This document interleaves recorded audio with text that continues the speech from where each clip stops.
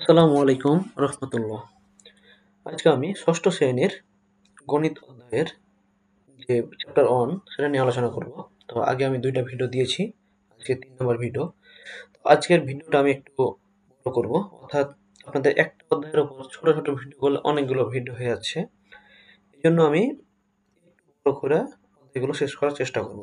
আপনারা আশা করি সবাই মনোযোগ সহকারে দেখবেন এবং সাথে থাকবেন। দেখেন আজকের যে আলোচনা বিষয় সেটা হচ্ছে মৌলিক ও যৌগিক সংখ্যা। ঠিক আছে, মৌলিক ও যৌগিক সংখ্যা। তো আমি সহজে যদি বলি, মৌলিক সংখ্যা মানে কি? যে সংখ্যাগুলোকে ভাঙানো যায় না। আর যৌগিক সংখ্যা মানে কি? যে সংখ্যাকে ভাঙা যায়। অর্থাৎ মৌলিক সংখ্যা বলতে যে এক এবং ওই সংখ্যা ছাড়া আর কোনো সংখ্যা দ্বারা তাকে কি করা যাবে না, ভাগ দেওয়া যাবে না। এবং যৌগিক সংখ্যা কি, ভাগ দেওয়া যাবে। তাহলে আমি সহজে বললাম কি, যে এক এবং ওই সংখ্যা ছাড়া অন্য কোনো সংখ্যা দ্বারা তাকে কি করা যাবে না, ভাগ দেওয়া যাবে না।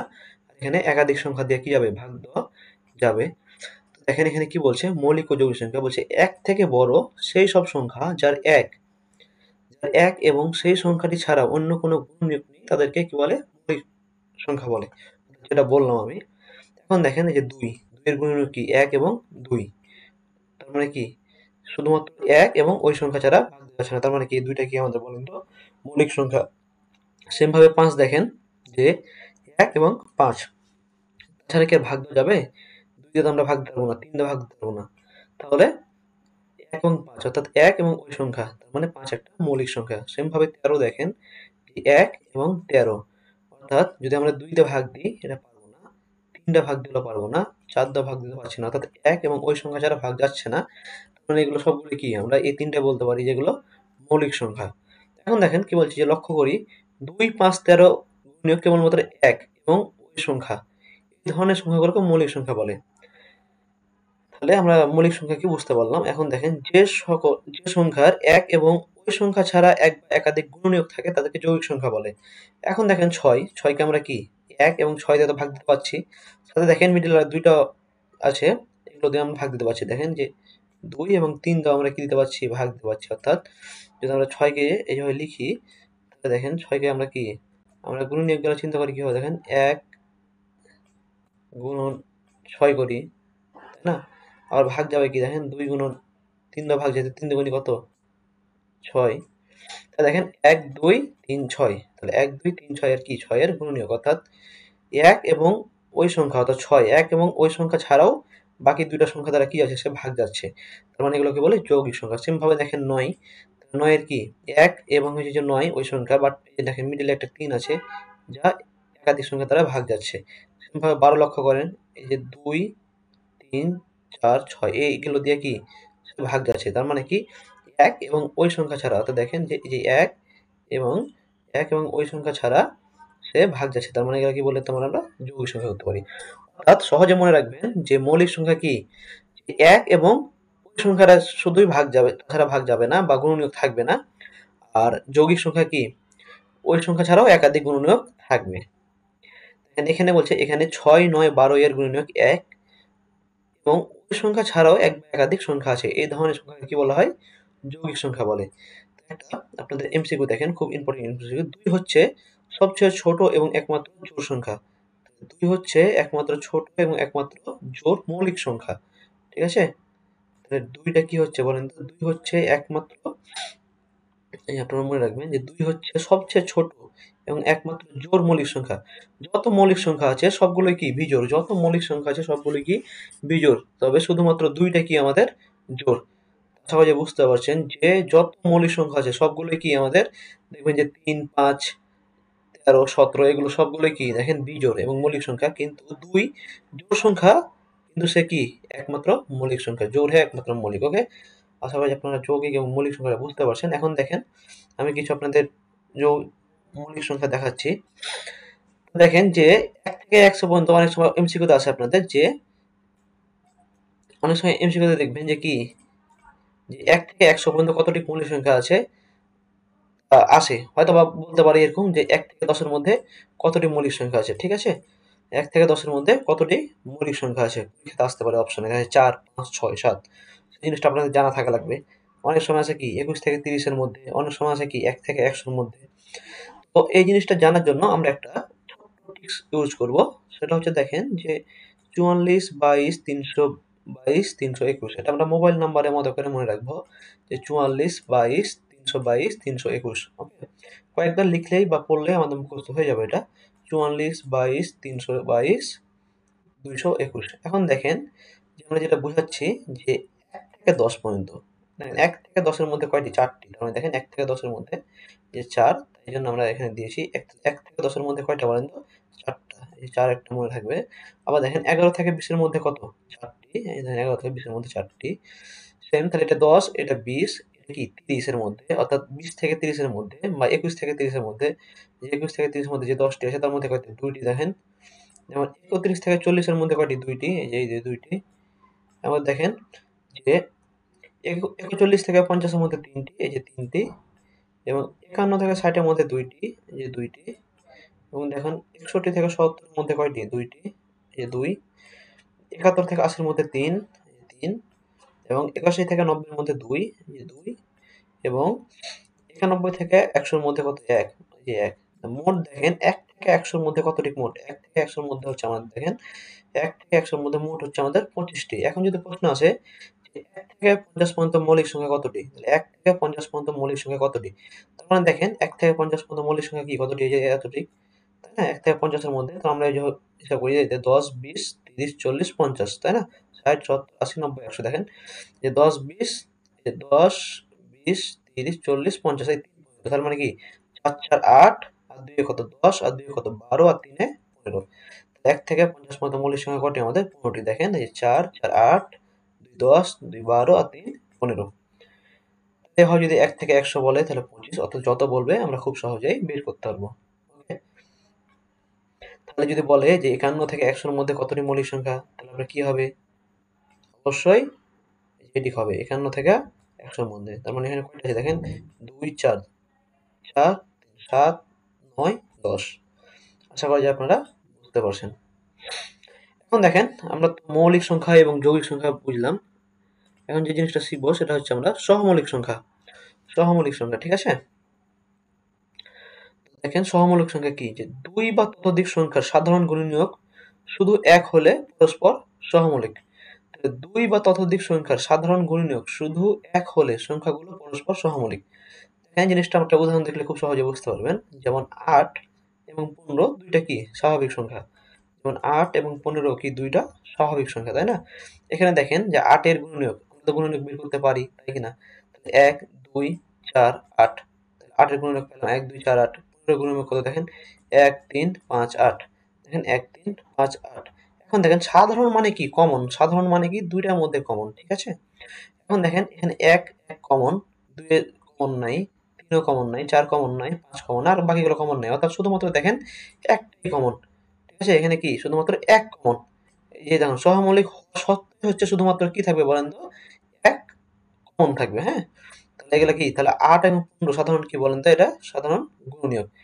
8 এবং 15 যদি সাধারণ গুণনীয়ক 1, সেহেতু কি 8 এবং 15 পরস্পর কি হবে বলেন তো? সহমৌলিক।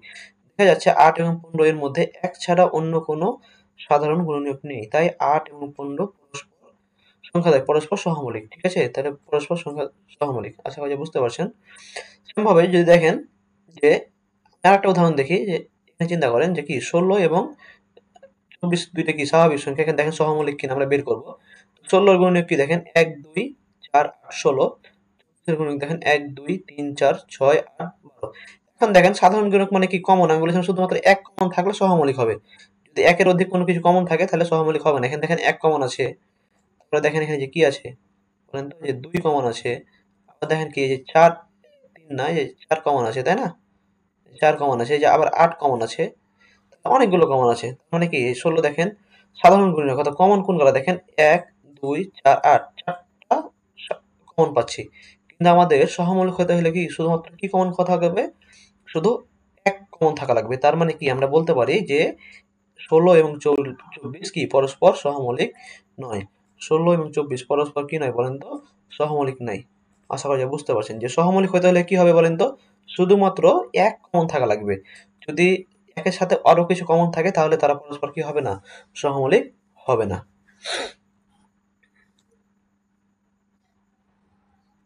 দেখেন তারপরে কি আছে? হচ্ছে দেখেন বিশেষ দ্রষ্টব্য সহমৌলিক বিষয়টি গণিতের একটি পারস্পরিক তুলনামূলক বিষয়। তাহলে সহমৌলিক বিষয়টি কি গণিতের একটি পারস্পরিক তুলনামূলক বিষয়, অর্থাৎ একটি নির্দিষ্ট সংখ্যা নিজে নিজে কখনো সহমৌলিক হতে পারে না। যেমন ৮ এবং ১৫ সহমৌলিক সংখ্যা, কিন্তু ৮ এবং ১৫ শুধু এক্ষেত্রে কখনোই সহমৌলিক সংখ্যা নয়। আমরা সাধারণত দুই বা ততোধিক সংখ্যার মধ্যে পারস্পরিক তুলনা করলে তারা সহমৌলিক কিনা সেটা নির্ধারণ করতে পারি। অর্থাৎ এটা বোঝাচ্ছে যে আমরা যদি শুধুমাত্র ৮ বলি যে ৮ শুধু ৮ সহমৌলিক, শুধু ১৫ সহমৌলিক বলা যাবে না। যখন আমরা দুইটা সংখ্যার মধ্যে তুলনা করব এবং যখন সাধারণ গুণনীয়কটার এক পাবো, তখন সেটাকে আমরা সহমৌলিক বলতে পারবো। আশা করি আপনারা বুঝতে পারছেন। এখন দেখেন যে বিভাজ্যতা অর্থাৎ কোন সংখ্যাটা কত দ্বারা বিভাজ্য যাবে সেটা আমরা খুব সহজে বুঝতে পারবো। দেখেন, বিভাজ্যতা বলতে একটি সংখ্যা অপর একটি সংখ্যা দ্বারা নিঃশেষে বিভাজ্য কিনা তা বোঝানো হয়ে থাকে। এখন দুই দ্বারা বিভাজ্য, যে কোন সংখ্যাগুলো দুই দ্বারা বিভাজ্য যাবে। দেখেন, কোন সংখ্যার একক স্থানীয় অঙ্কটি যদি শূন্য অথবা জোড় হলে তত সংখ্যাটি দুই দ্বারা বিভাজ্য হবে। অর্থাৎ যদি কোনো একটা অঙ্ক হয় কি একক স্থানে যদি শূন্য হয়, একক স্থানে যেমন ধরেন আমি যে একটা সবাই এখানে লিখলাম যে 10, কি লিখলাম 10। দেখেন যে এটা হচ্ছে কি তার একক স্থানীয় অঙ্ক, তাই না? এটা হচ্ছে তার একক স্থানীয় অঙ্ক। এখানে কি আছে দেখেন, শূন্য আছে, তার মানে এটা বলতে পারি যে এটা দুই দ্বারা বিভাজ্য। অথবা ধরেন যে 12 আছে, এখানে কি আছে দেখেন 2 আছে, তার মানে কি এটা দুইটা কি জোড় না? তার মানে আমরা বলতে পারি এটা কি দুই দ্বারা বিভাজ্য। এটাই বলছে যে কোনো সংখ্যার একক স্থানে শূন্য অথবা জোড় হলে সংখ্যাটি দুই দ্বারা বিভাজ্য হবে। ওকে, দেখেন এরকম ধরনের 0, 2, 4, 6, 8, 10, 12, 14, 16, 18, 20, 22 এরকম হতে পারে। এগুলো সবগুলো কি বলেন তো দুই দ্বারা বিভাজ্য। আশা করি বুঝতে পারছেন। এখন দেখেন, যদি আমরা 3 দ্বারা বিভাজ্যের ক্ষেত্রে আসি,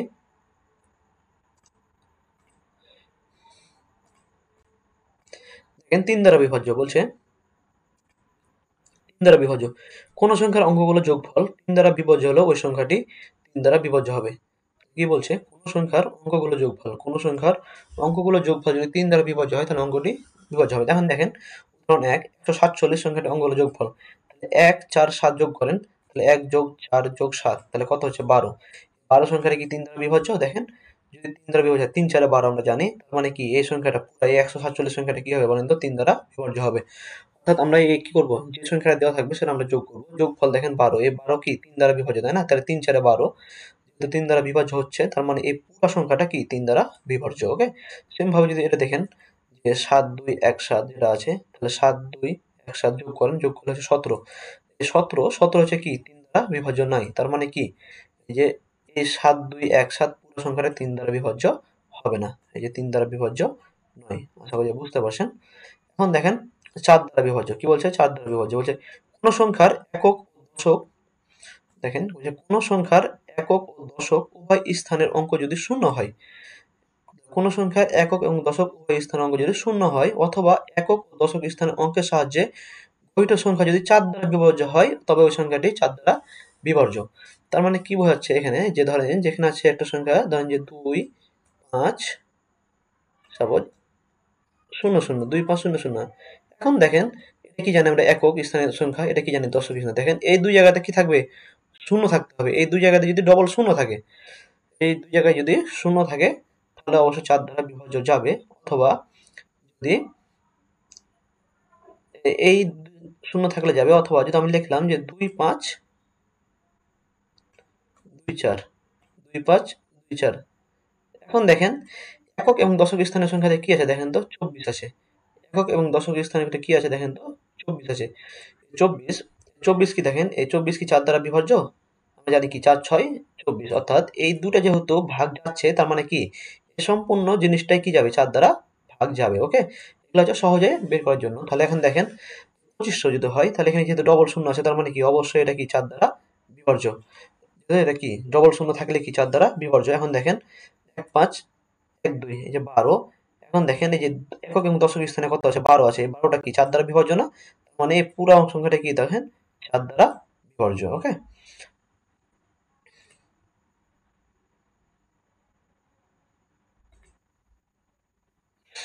দেখেন এখন 4 দ্বারা তো বিভাজ্য দেখলাম, এখন হচ্ছে 5 দ্বারা বিভাজ্য। 5 দ্বারা বিভাজ্য দেখেন যে কোন সংখ্যার একক স্থান অঙ্ক যদি 0 বা 5 হলে সংখ্যাটি 5 দ্বারা বিভাজ্য।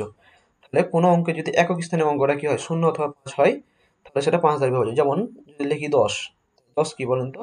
0, তাহলে এটা কি 10টা হচ্ছে 2 দ্বারা বিভাজ্য প্লাস 5 দ্বারাও বিভাজ্য। এখন যদি 15 লিখি, দেখেন তাহলে এখানে কি আছে, একক স্থানীয় সংখ্যা কি আছে দেখেন 5 আছে। তার মানে আমরা কি জানি 5 দিয়ে গেলে কি হয়, সেটা 5 দ্বারা বিভাজ্য হয়। যদি 25 লিখি, তাহলে দেখেন একক স্থানীয় সংখ্যা কি আছে দেখেন 5 আছে, তার মানে এটা 5 দ্বারা বিভাজ্য। যদি এরকম থাকে 2, 7, 2, 5, তার মানে দেখেন একক স্থানীয় সংখ্যা কি আছে বলেন তো 5 আছে। তার মানে পুরা সংখ্যাটা সে কি যাবে 5 দ্বারা ভাগ যাবে। ওকে, সংখ্যাটা কি হবে 5 দ্বারা ভাগ যাবে। এখন দেখেন 6 দ্বারা বিভাজ্য। যে কোনো সংখ্যা 2 এবং 3 দ্বারা একসাথে বিভাজ্য হলে সংখ্যাটি 6 দ্বারা বিভাজ্য। কোনো একটা সংখ্যা যদি 2 এবং 3 দ্বারা বিভাজ্য হয়, তাহলে সেটা কি হবে 6 দ্বারা বিভাজ্য হবে। এখন দেখেন যে 162 এটা কি একটা স্বাভাবিক সংখ্যা, তাই না? 162 একটা স্বাভাবিক সংখ্যা। এখন দেখেন যে একক স্থানে কি আছে বলেন তো, একক স্থানে অঙ্ক আছে 2, তার মানে এটা কি 2 দ্বারা ভাগ যাবে, এটা আমরা জানি। যোগ থাকলে 2 দ্বারা ভাগ যায়, তাহলে আমাদের একটা শর্ত পূর্ণ হলো। যোগ থাকলে 2 দ্বারা ভাগ যায়, তার মানে এটা 2 দ্বারা ভাগ যাবে। এখন 3 দ্বারা ভাগ যাবে কিনা সেটার জন্য আমরা কি করতে হবে বলেন তো, এই 3টা যোগফল করতে হবে। এই 3টা যোগ করলে কত হবে? 6 আর 1 7 আর 2 কত বলেন? 7 আর 2 9, তাহলে মোট পাচ্ছি কত 9। আর 9 কে আমরা কি জানি যে 3 দ্বারা ভাগ যায়। তার মানে যেটা দুইটা শর্ত ফিল আপ করছে, অর্থাৎ 2 দ্বারা ভাগ যাচ্ছে, 3 দ্বারা ভাগ যাচ্ছে। তার মানে কি এই পুরো সংখ্যাটা আমাদের কি বলেন তো 2 এবং অর্থাৎ পুরো সংখ্যাটা কি আমাদের বলেন তো 6 দ্বারা বিভাজ্য। অর্থাৎ 2 দ্বারা ভাগ যাচ্ছে, 3 দ্বারা ভাগ যাচ্ছে, তার মানে কি এই আমাদের পুরো সংখ্যাটা কি 6 দ্বারা বিভাজ্য। আশা করি যে আপনারা বুঝতে পারছেন। দেখেন এই তো কি,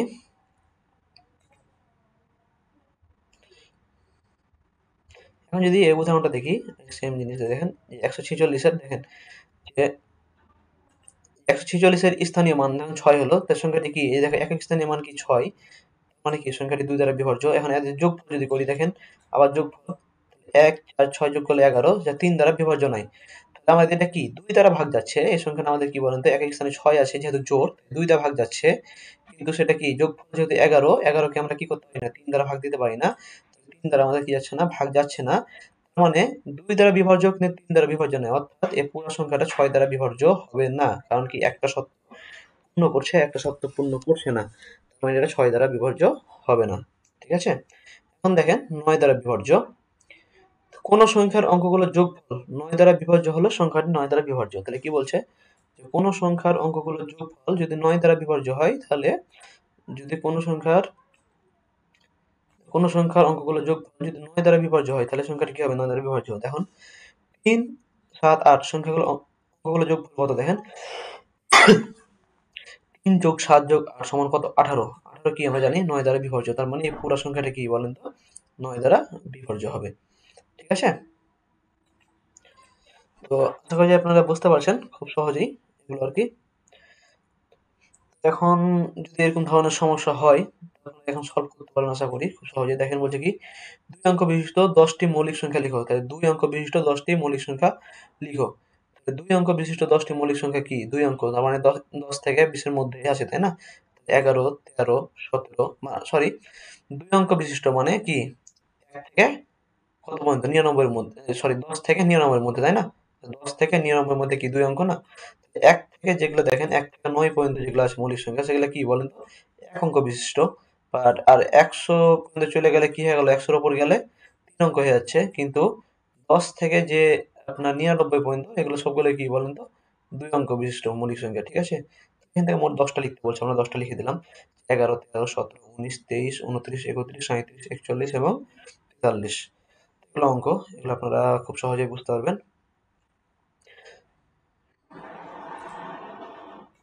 এগুলো আর বোঝানো কিছু নাই।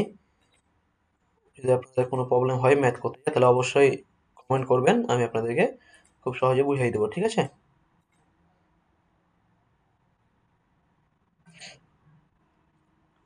এখন দেখেন যে বিষয়টা নিয়ে আলোচনা করবো সেটা হলো গরিষ্ঠ সাধারণ গুণনীয়ক বা গসাগু। গরিষ্ঠ সাধারণ গুণনীয়ক বা কি গসাগু। তাহলে গরিষ্ঠ গরিষ্ঠ সাধারণ গুণনীয়ক বা গসাগু। ঠিক আছে, আপনারা মনে রাখবেন গরিষ্ঠ মানে কি গসাগু। ঠিক আছে, গরিষ্ঠ মানে কি গসাগু। ওকে, গসাগুর পূর্ণ হচ্ছে কি গরিষ্ঠ সাধারণ গুণনীয়ক। গরিষ্ঠ সাধারণ গুণনীয়ক, এটা অনেক সময় এমসিকিউতে আসে যে গসাগুর পূর্ণরূপ কি, তাহলে কি হবে গরিষ্ঠ সাধারণ গুণনীয়ক। অর্থাৎ দুই বা ততোধিক সংখ্যার সাধারণ গুণনীয়কের মধ্যে সবচেয়ে বড় বা গরিষ্ঠ গুণনীয়ককে ওই সংখ্যার গসাগু বলে, ঠিক আছে? ওই সংখ্যা কি বলবে? গসাগু বলবে। যেমন দেখেন যে আমরা জানি 12 এর গুণনীয়কগুলো কি কি? 1 2 1 2 3 4 6 এবং 12, এবং 30 এর গুণনীয়কগুলো কি? 1 2 3 5 6 10 15 30। অর্থাৎ এগুলো আপনারা তো জানেন। এখন মধ্যে দেখেন যে 12 ও 30 এর যে সাধারণ গুণনীয়ক কি? 12 এবং 30 এর মধ্যে কি সাধারণ গুণনীয়ক কি দেখেন? যে 12 এবং 30 এর মধ্যে কি যে 1 1 সাধারণ গুণনীয়ক, 2 2 কি সাধারণ গুণনীয়ক, 3 3 সাধারণ গুণনীয়ক, তাই না? এবং কি 6 6 সাধারণ গুণনীয়ক। দেখেন কি 1 2 3 6 এই সবটি কি সাধারণ গুণনীয়ক। এখন যে গরিষ্ঠ হবে, গসাগু হবে, তাহলে এই যে এইগুলোর মধ্যে যদি 12 এবং 30 এর মধ্যে গসাগু নির্ণয় করতে, তাহলে কত হবে বলেন তো? সবথেকে বড় যেটা, সবথেকে বড় যেটা সাধারণের মধ্যে যেটা বড়, সেটা কি গসাগু। তাহলে 1 2 3 6 এর মধ্যে বড় কোনটা? 6 না? তার মানে এখানে 12 এবং 30 এর গসাগু কত? 6। 12 ও 30 এর গসাগু কত? 6। 12 30 এর গসাগু কত? 6, ঠিক আছে? তাহলে সবথেকে বড় যেটা সেটা গরিষ্ঠ মানে বড় হয় আর কি। এখন দেখেন গসাগু নির্ণয়ের কিছু পদ্ধতি আছে, সেটা কি? গুণনীয়কের মাধ্যমে, সাহায্যে আর কি, মৌলিক গুণনীয়কের সাহায্যে এবং ইউক্লিডীয় ভাগ পদ্ধতিতে। এই তিনটা উপায়ে আমরা গসাগু নির্ণয় করতে পারি, ঠিক আছে? গসাগু নির্ণয় পদ্ধতি কয়টা বলেন তো? তিনটা। একটা কি গুণনীয়কের সাহায্যে, একটা হলো মৌলিক গুণনীয়কের সাহায্যে, একটা হচ্ছে ইউক্লিডীয় ভাগ পদ্ধতিতে। তো আমি জাস্ট একটু ব্রেক নিচ্ছি, সেটা হচ্ছে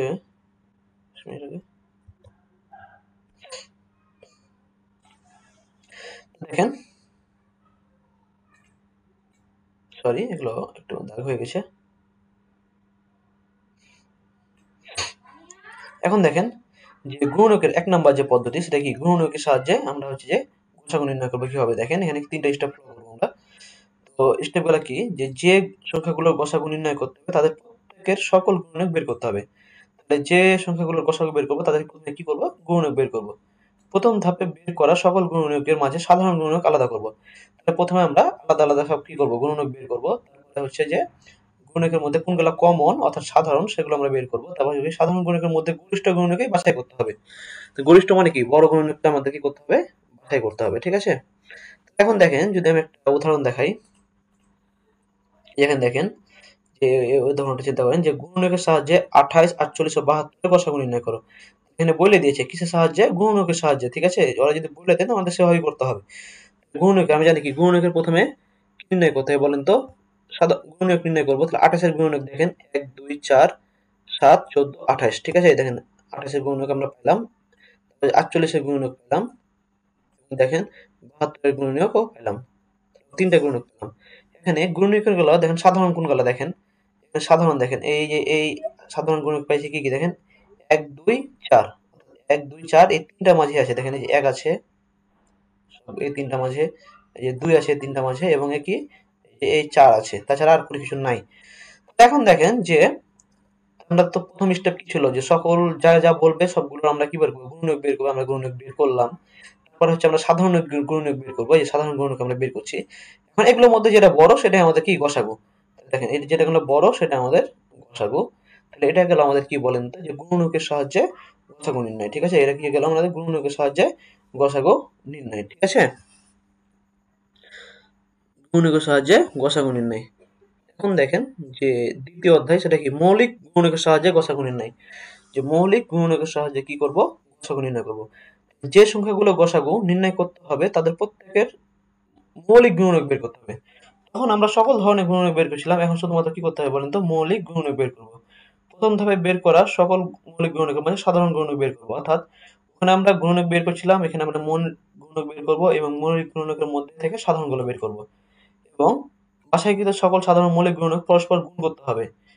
গুণফলই গসাগু। তাহলে মৌলিক গুণনীয়ক যেগুলো পাবো সেগুলো আমরা কি করব? গুণ করব।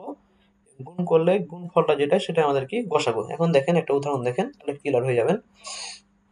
মৌলিক গুণনীয়কের সাহায্যে দেখেন এখানে বলে দিচ্ছে কি যে মৌলিক গুণনীয়কের সাহায্যে এত এর গসাগু নির্ণয় করো। এখন 28 এর মৌলিক গুণনীয়ক কি কি দেখেন, যে আমরা জানি কি 2 একটা মৌলিক সংখ্যা, তাই না?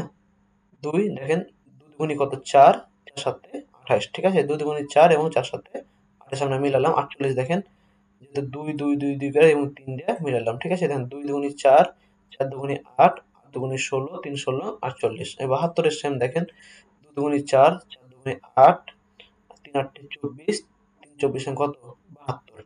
এখন দেখেন যে 2, 7, 3 এগুলো সবগুলো কি বলেন তো মৌলিক সংখ্যা না? 2, 3, 7 সবগুলো কি মৌলিক সংখ্যা। এখন দেখেন এগুলোর মধ্যে কি কমন কি? 2 কমন।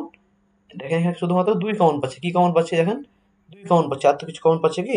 এই যে এখানে 2, এখানে কয়টা করে 2 কমন পাচ্ছি দেখেন? 2টা করে 2 কমন পাচ্ছি। এই যে এখানে 2টা 2 কমন, এখানে বেশি আছে, এখানে আরো বেশি আছে। সর্বনিম্ন এখানে কত আছে? কম আছে। মানে 2টা 2 আমরা কমন পাচ্ছি। তাহলে দেখেন এই যে এখানে 2টা 2 আমরা সাধারণ গুণক পেলাম। এই 2টা 2 এর কি করতে হবে? গুণ করতে হবে। এই যে 2 দিয়ে গুণ করলে কত হয়? 4। তাহলে এটা আমাদের কি বলেন তো মৌলিক গুণকের সাহায্যে গসাগু নির্ণয়। ঠিক আছে? তাহলে কি মৌলিক গুণক বের করতে হবে। বের করার পর যেগুলো আমাদের কমন পাবো সেগুলোকে গুণ করে দিলেই আমরা পেয়ে যাবো। ওকে? দেখেন লাস্ট আরেকটা আছে, সেটা হলো কি ইউক্লিডীয় পদ্ধতিতে।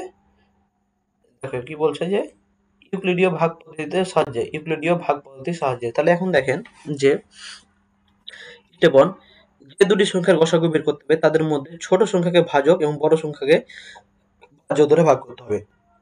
তাহলে আমরা কি করব? ছোট সংখ্যা দ্বারা বড় সংখ্যাটাকে ভাগ করব। এটা প্রথম স্টেপ। দ্বিতীয় স্টেপ বলছে যদি নিঃশেষে বিভাজ্য হয় তাহলে ভাজক তথা ছোট সংখ্যাটি গসাগু।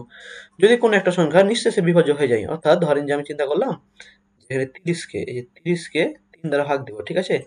30কে কি দিব? 3 দ্বারা ভাগ দেব। এখন দেখেন এই 30কে 3 দ্বারা ভাগ দিলাম। 3 দশে কত?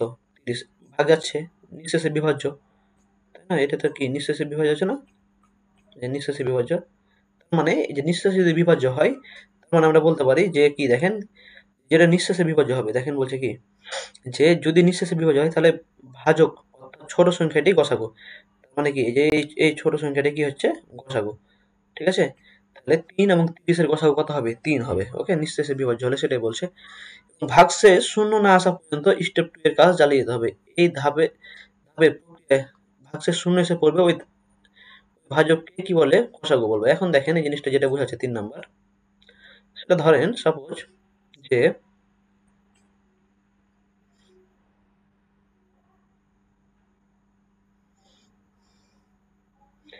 দেখেন 12 এবং যদি 12 আর 30 যদি ভাগ দিয়ে দেখেন, যদি ধরেন সাপোজ যে 12 এবং 30 এর মধ্যে গসাগু বের করবো।